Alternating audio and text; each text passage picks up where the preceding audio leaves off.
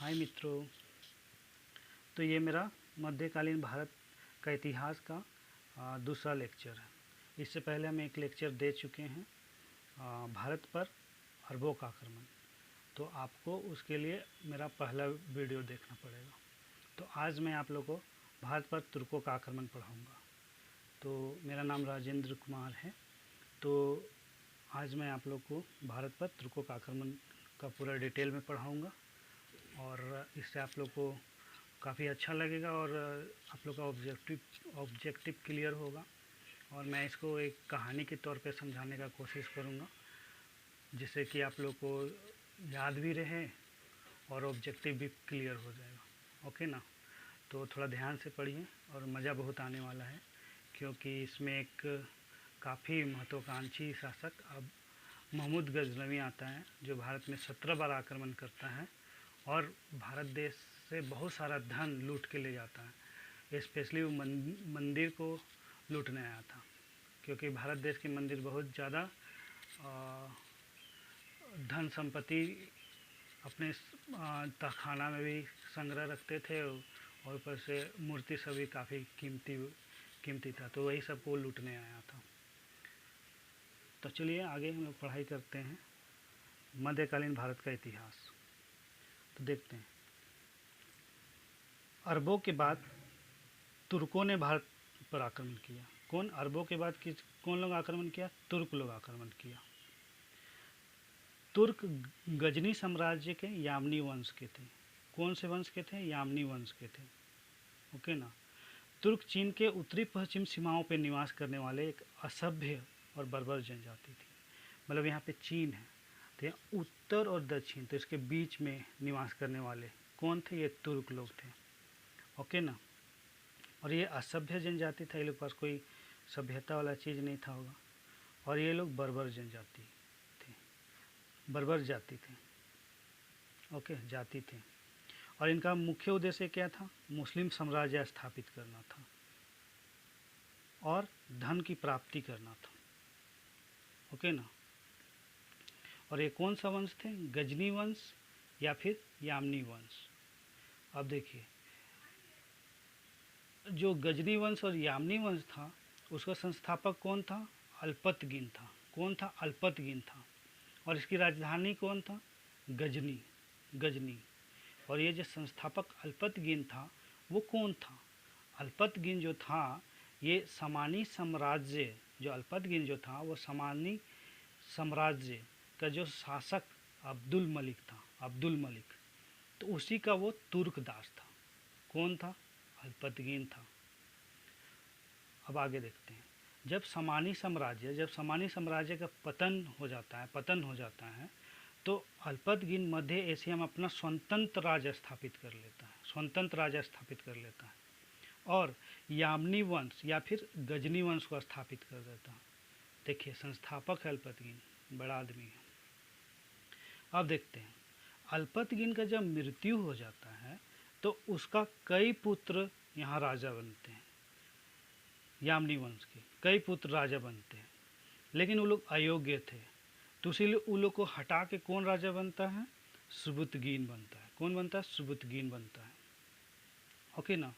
ऐसा क्लियर छोड़ देंगे ताकि आप लोग पढ़ सके। जब हम लेक्चर देंगे तो ऐसा कर देंगे, क्लियर हो जाएगा। जिस जगह बताना उस जगह पे ऐसे ऐसे करेंगे। ओके ना। यहाँ ले जाएंगे अपना पेन। तो चलिए देखते हैं। अब आगे देखिए, सुबुतगीन अल्पतगिन का दास और दामाद था। देखिए, अल्पतगिन का तो मृत्यु होने के बाद अपना बेटा लोग को राजा बनने का मौका देता है, लेकिन उसका बेटा लोग अयोग्य था, तो सुबुतगीन राजा बन जाता है लोग को हटाते हुए। तो यहाँ पे क्या कॉन्सेप्ट होता है कि राजा का बेटा अब राजा नहीं बनेगा, राजा वही बनेगा जो योग्य होगा। अब राजा का बेटा उल्लू रहेगा तो थोड़ी ना राजा बनेगा। राजा बनने के लिए योग्यता होना चाहिए। इसीलिए सुबुतगीन उसका बेटा लोग को हटाते हुए अपने राजा बन गया, और ये अल्पतगिन का दास और दामाद था। और ये 977 ईस्वी में गजनी का शासक बना। कब? 977 ईस्वी में। हम आगे देखते हैं। देखिए, प्रारंभिक तौर पे अगर सबसे ज़्यादा गजनी वंश का विस्तार और स्थायित्व कोई किया था तो वो कौन किया था? सुबुतगीन किया था। कौन किया था? सुबुतगीन। ओके ना, बहुत इम्पोर्टेंट राजा है, विस्तार स्थायित्व कायम किया था सुबुतगीन। भारत पर प्रथम तुर्क आक्रमण 986 ईस्वी में, प्रथम तुर्क आक्रमण 986 ईस्वी में सुबुतगीन ने किया था। और कौन सा भारत देश का कौन सा हिस्सा में किया था? पंजाब में किया था। और कौन सा राजा था वहाँ पे? जयपाल राजा था। लेकिन इसमें सफलता अधिक नहीं मिला था, अधिक सफलता नहीं मिला था, क्योंकि कोई भी चीज़ आप शुरुआत में करिएगा ना तो उतना ज़्यादा सफलता नहीं मिलता, लेकिन धीरे धीरे धीरे करते करते आप उसमें निपुण हो जाते हैं। तो वही बात है, हर चीज़ में वो चीज़ लागू होता है। अब देखिए, गजनी और पंजाब जो था आपस में सटे सटे क्षेत्र थे, और यहाँ पे बॉर्डर है, ये गजनी क्षेत्र है, पंजाब क्षेत्र है, इसीलिए आपसी लोग का टकराव होते रहता था, क्योंकि ये संक्रमण जोन है, जहाँ भी संक्रमण जोन रहेगा वहाँ टकराव तो होगा ही। तो इसलिए आपसी लोग टकराव हुआ उन लोग में आपस में। जैसे अभी भी देख सकते हैं पाकिस्तान और भारत और पाकिस्तान के बीच में टकराव होते रहता है बॉर्डर में, हर समय मामला वहाँ पे गरमाया हुआ रहता है, चाहे वो भारत हो चाहे चीन हो, उसके साथ भी वही मामला है। तो बॉर्डर वाला जहाँ भी मामला रहेगा वहाँ पे इस टाइप का संक्रमण जोन में मामला गर्म रहता है और वहाँ पे टकराव होते ही रहता है। इसी पे एक मूवी आया था, रिफ्यूजी मूवी। तो भारत क्षेत्र का लड़का पाकिस्तानी क्षेत्र के एक सुंदर सी महिला से उसको प्यार हो जाता है, तो वहाँ हो जाता है, दोनों मिलते हैं आपस में, प्यार मोहब्बत होता है, फिर वो लड़का वापस आता है, फिर जाता है। लेकिन इस बॉर्डर पे हम लोग का देश का बीएसएफ जवान लोग रहता है, जिन लोग का आँख चील की तरह तेज़ है, तो वो लोग एक बार हीरो को पकड़ लेता है और हीरो ट्रबल में पड़ जाता है। तो इसीलिए मैं यही बोलूँगा भारत देश के लड़कों को कि पाकिस्तान की महिला से प्यार करने की ज़रूरत नहीं है, कहे कि काफ़ी मुश्किल का सामना करना पड़ता है। अब आगे देखते हैं।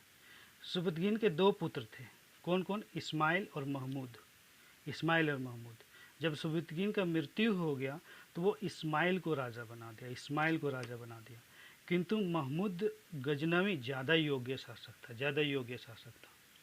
तो वो क्या किया? गजनवी को बंदी बना लिया और खुद गजनी वंश का शासक बन गया। ओके ना। अब आगे देखते हैं।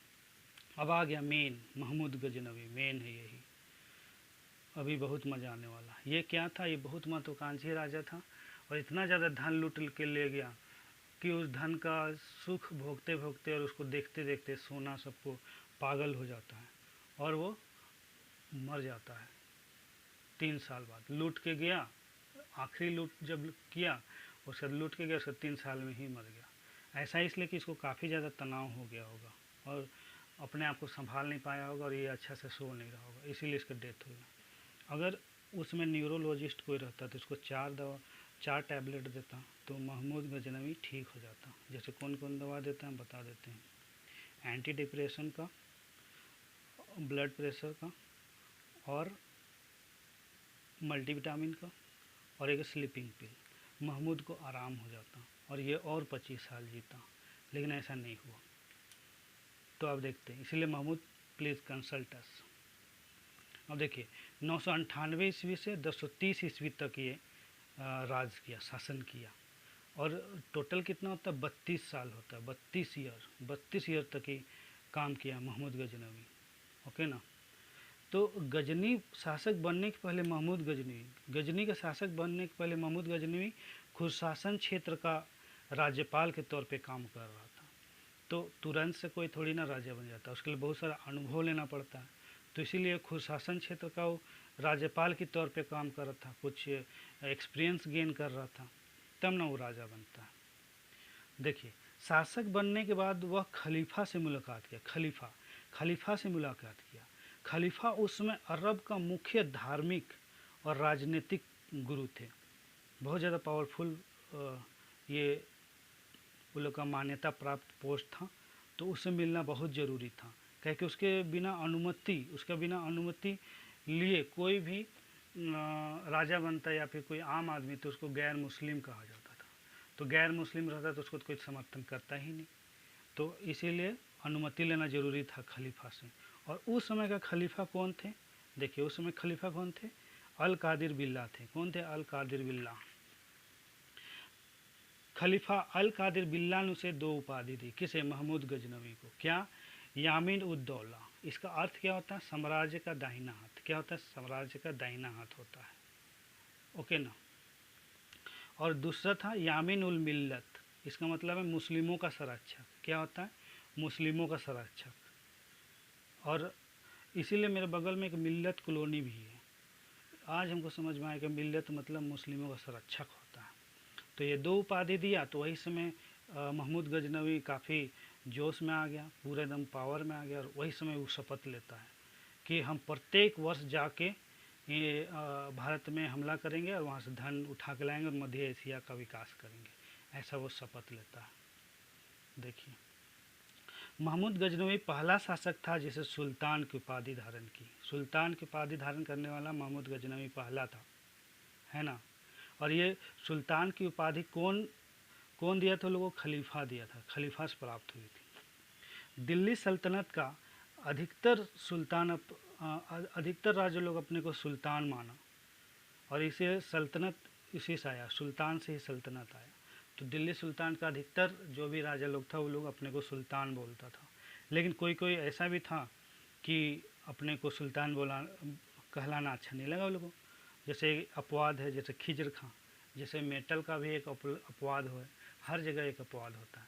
मेटल हमेशा ठोस अवस्था में पाया जाता है, लेकिन एक मेटल ऐसा है जो द्रव अवस्था में पाया जाता है, तो वो कौन सा है?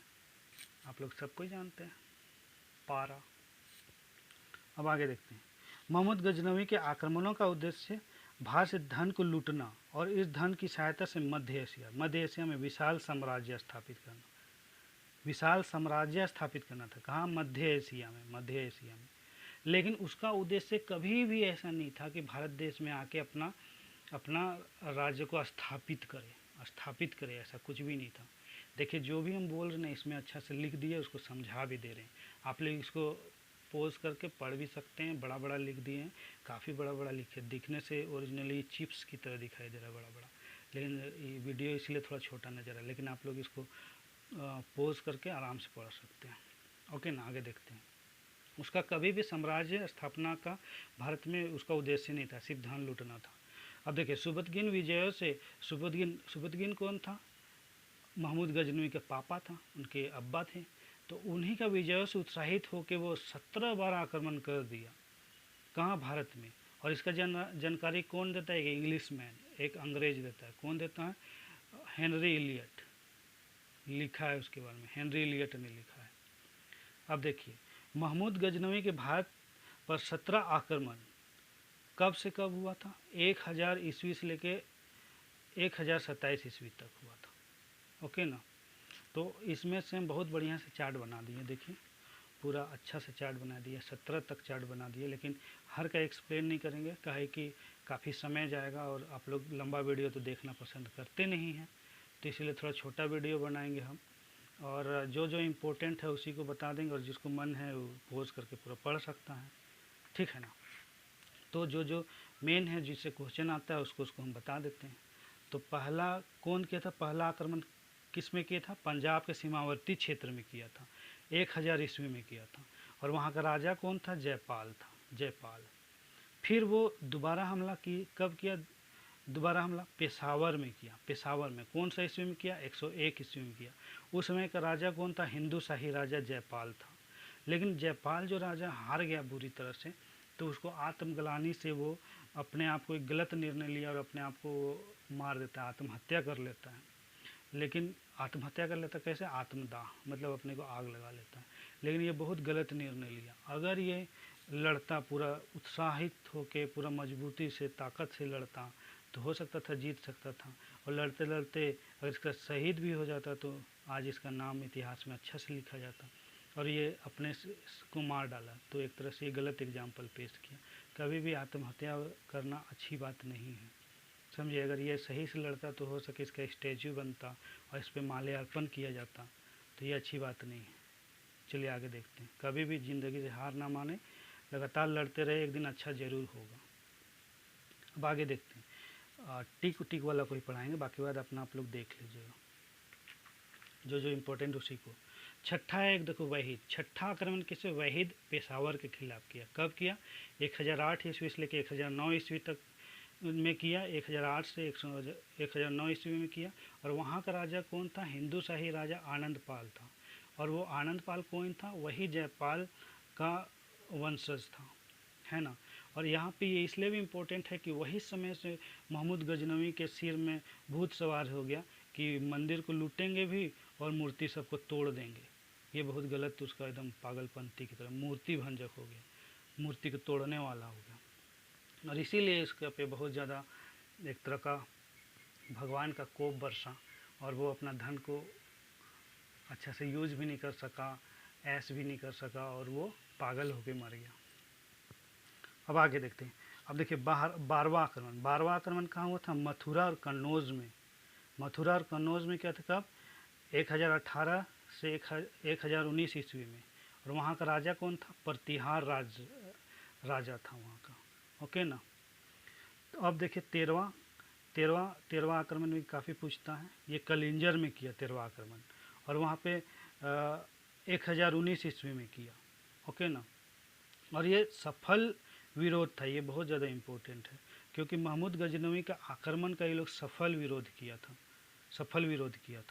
और वहाँ का राजा कौन था, विद्याधर था और एगो त्रिलोचन था। मतलब उसका जो आक्रमण था उसको असफल टाइप का कर दिया था। तो ये बहुत इम्पोर्टेंट है कलिंजर।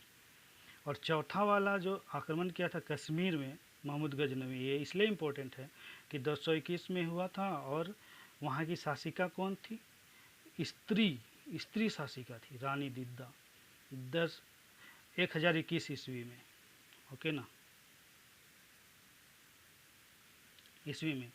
तो एक महिला शासिका होके सामना की महमूद गजनवी का, ये बहुत बड़ी बात है, इसलिए ये इम्पोर्टेंट है। और 16वां आक्रमण सबसे ज़्यादा इम्पोर्टेंट, 16वां आक्रमण, इससे सबसे ज़्यादा क्वेश्चन पूछता है। तो यहाँ कहाँ हुआ था, सोमनाथ के मंदिर में हुआ था, ओके ना। और ये सोमनाथ का मंदिर कहाँ है, गुजरात के सौराष्ट्र क्षेत्र में है। और ये मंदिर कौन से भगवान का है, शिव भगवान का है, ओके ना। और ये हमला कब हुआ था, 1025 से 1026 ईस्वी के बीच में हुआ था।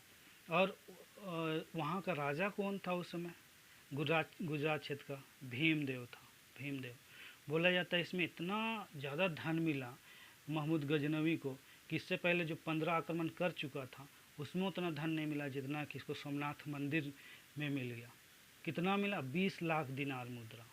और इतना ज़्यादा रुपया पैसा सोना चांदी को वो घोड़ा और ऊँट में लाद के लेने लगा, लेकिन उसका घोड़ा लोग भी बहुत मुश्किल से ले जा रहा था। तो ये सब जाते हुए सिंध क्षेत्र में जाट लोग देख लेता है और उस पर हमला कर देता और काफ़ी सोना वोना सब कुछ को लूट लेता है। सब कुछ नहीं, कुछ मात्रा तो लूट ही लेता है, कम से कम हमको लगता है कि 45% तो श्योर ही लूट लिया होगा। तो बहुत ज़्यादा मात्रा में फिर भी वो ले ही गया था मध्य एशिया में।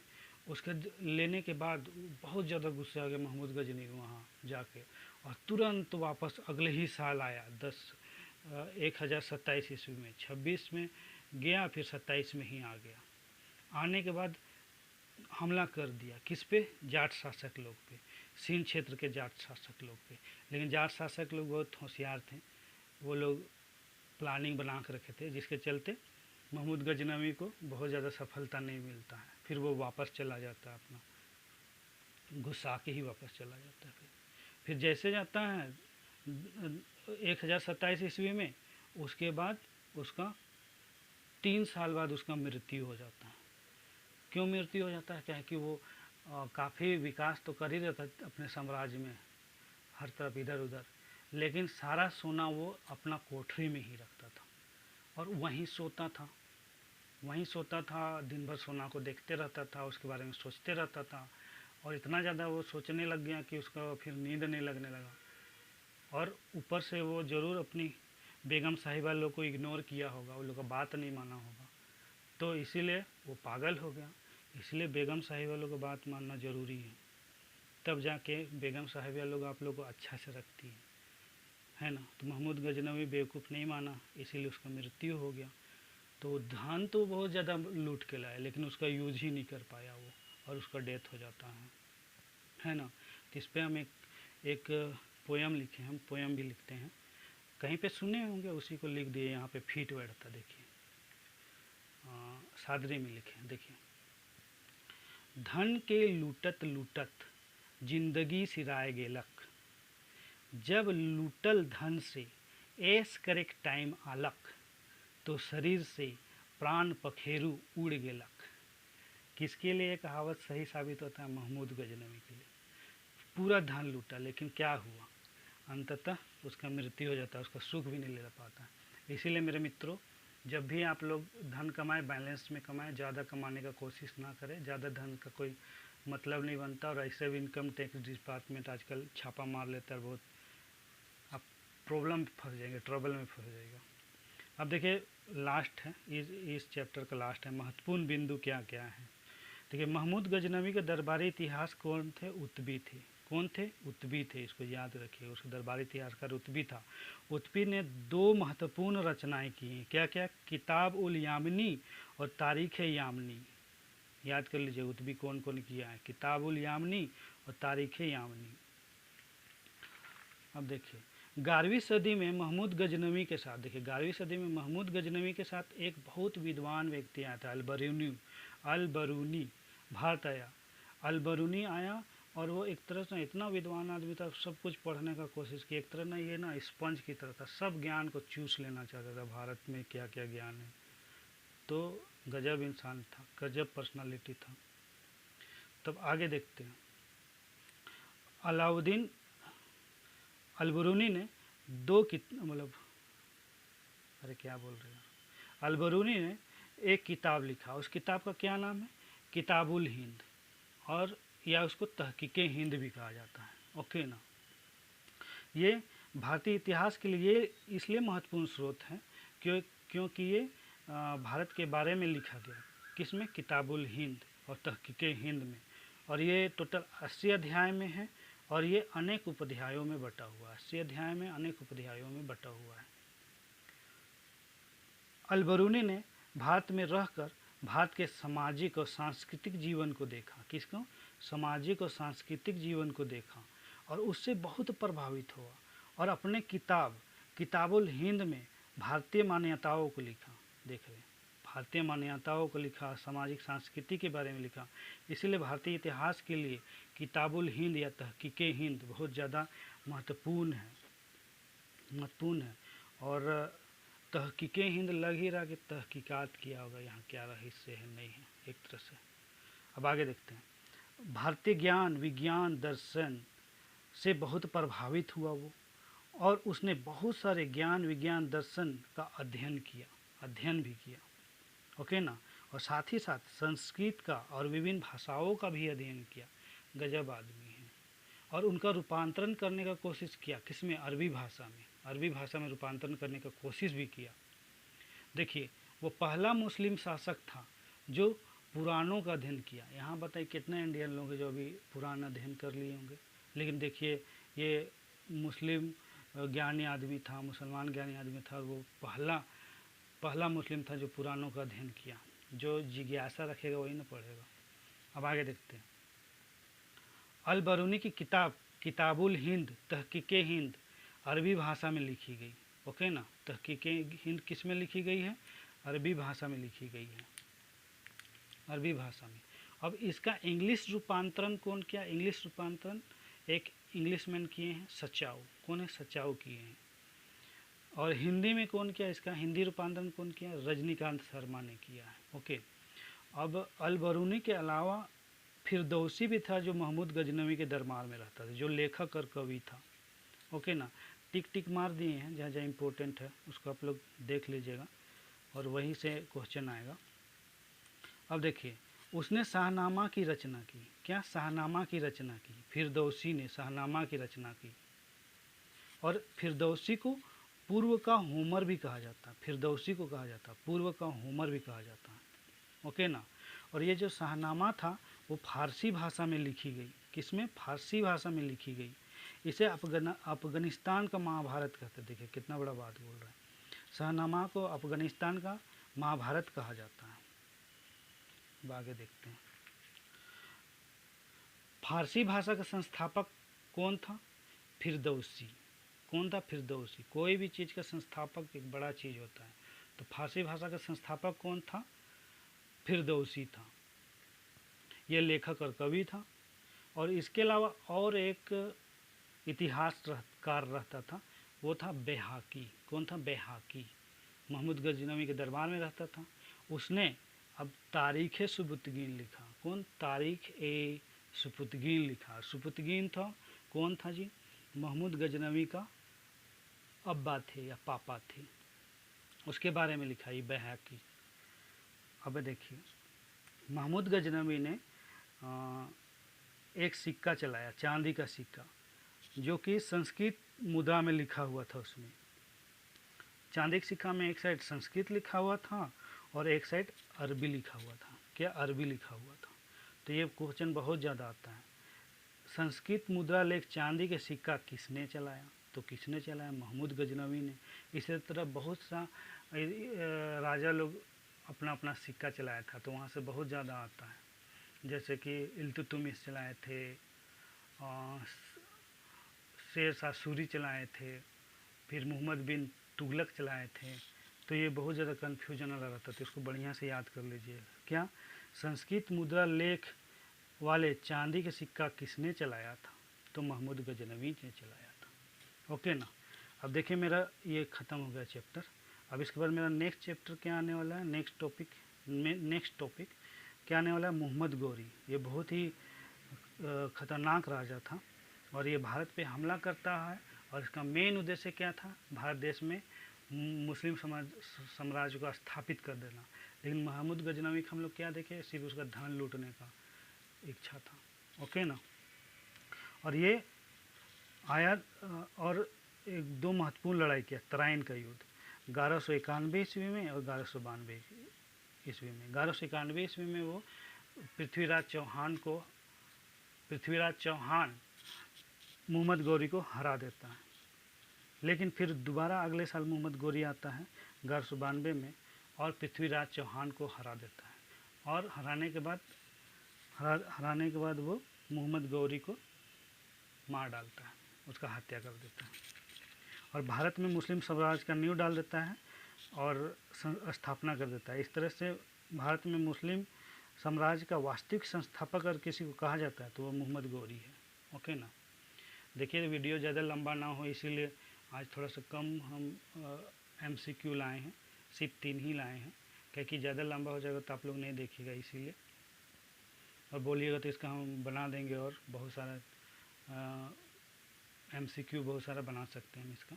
लेकिन 3 लाए हैं, वेरी वेरी इंपॉर्टेंट, इसको देख लीजिए और पढ़ेंगे ऑब्जेक्टिव भी और काउंट करेंगे 5। आप लोग इसको सही करने का कोशिश करिए। अगर सही से पढ़ें तो आप लोग कर लीजिएगा, जो पढ़ाएं उसी में से है ना। चलिए करने की कोशिश करते हैं। भारत पर तुर्क आक्रमण 986 ईस्वी में किसने किया? ए ऑप्शन है सुबुतगीन, बी ऑप्शन है अल्पतगीन, सी ऑप्शन है इस्माइल और डी ऑप्शन है महमूद गजनवी। चलिए बताइए, काउंट करें 1 2 3 4 5। कौन है जी? कर लिए होंगे आप लोग। चलिए हम बता देते हैं, सुबुतगीन है। दूसरा क्वेश्चन है, महमूद गजनवी ने किस शासक को हटाते हुए, बंदी बनाते हुए खुद गजनी वंश का शासक बन गया? तो किसको हटाया? याद करिए, अपना भाई को ही हटाया था। तो कौन था उसका भाई? चलिए ऑप्शन देते हैं। ए में अब्दुल मलिक, बी इस्माइल, सी सुबुतगीन, डी अल्पतगीन। कौन था बताइए? तो इसका ऑप्शन चलिए 5 बार काउंट करते हैं, आप लोग कर लीजिए। 1 2 3 4 5। तो कर लीजिए। चलिए हम बता देते हैं, इस्माइल। और थर्ड क्वेश्चन है, क्या है? महमूद गजनवी का भारत के सोमनाथ मंदिर पर आक्रमण उसके कितने नंबर का आक्रमण था? ये बहुत ज़्यादा इंपॉर्टेंट क्वेश्चन है। कितना नंबर का आक्रमण था? क्योंकि बहुत कोई कन्फ्यूज़न में रहता है, कन्फ्यूज़ करता है। कोई सोचता है 16 है, कोई 17 है, कोई 18 है, कोई 15 है। तो इसको बहुत अच्छे से ध्यान दीजिएगा। चलिए ऑप्शन क्या है? ए है 17, बी है 18, सी है 16, डी है 19। चलिए बताइए, 5 काउंट करते आप लोग कर लीजिए। 1 2 3 4 5। उम्मीद है कर लिए होंगे। चलिए हम बता देते हैं, ये 16वां आक्रमण था, 16वां आक्रमण। ओके ना। यहाँ पे देख लीजिए चार्ट में आप लोग जाते हैं, देखिए 16वां आक्रमण सोमनाथ मंदिर पे, 17वां आक्रमण तो सिंध के जाट लोग पे किया था, अपना बदला लेने के लिए, धन लूट लिया था जाट शासक लोग इसीलिए, है ना।